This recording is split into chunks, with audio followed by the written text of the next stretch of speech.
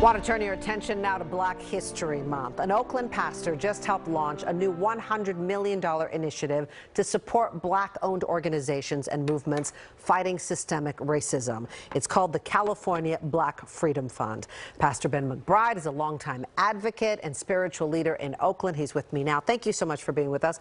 Let's first start with helping us understand, I think first, what systemic racism looks like and how you combat that moving forward. What do we have to do, and what is this fund going to do to make that happen?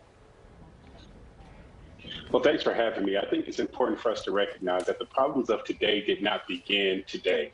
They started years ago, and because of the way that systemic racism and structural inequity works, many Black organizations have been at the vanguard for leading and creating kind of liberation that doesn't just free Black people, but frees other people at the same time. But many of these organizations and leaders have never been resourced to scale in a way that really ensures that we don't just say Black Lives Matter, but we actually resource Black leaders and Black organizations that are working to reduce violence and working to hold police accountable and confronting other areas of systemic racism and structural inequity in health and education. We want to make sure that those organizations are resourced appropriately. So the California Black Freedom Fund is one effort here in the state of California where we will be channeling lots of resources and capacity building to Black organizations to help ensure that they continue to lead us forward. So Oakland has a new police chief. He just started. He is an Oakland native.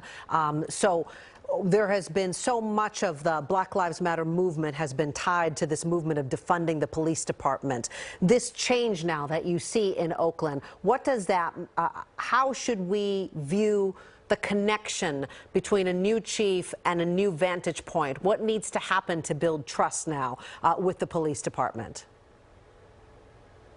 Well, I think it's important for us to continue to remind ourselves that the calls to defund the police are calls for us to think about how do we move resources away from the police department into areas where safety can be brought about with much more focus outside of having police officers carrying that out. And then the police officers can spend their time focused on the violent crime and removing threats that actually face the community. And so I think the two can live and coexist together. And I think the new Oakland Police Chief, LaRon Armstrong, who has worked with many of us community members for the last 10 to 15 years to reduce crime and to create safety and peace, is a step forward.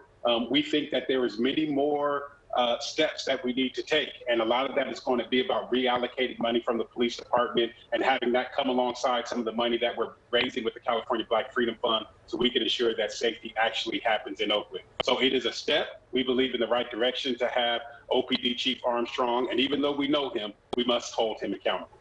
So this has been such a tumultuous 2020, such a tumultuous year, and going into. Are you optimistic, though, about the way things have changed in the way that more people are now in tune to the importance of this movement? And we even see it now as we celebrate Black History Month. The world is now listening. Do you feel that?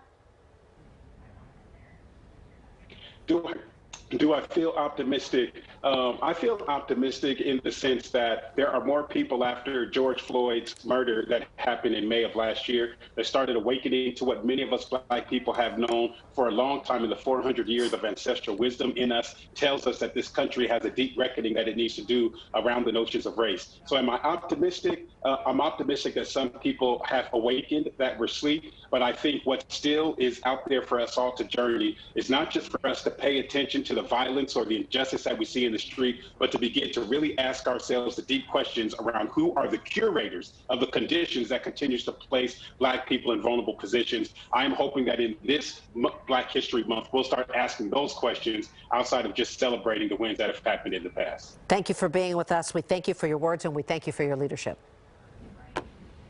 Thank you.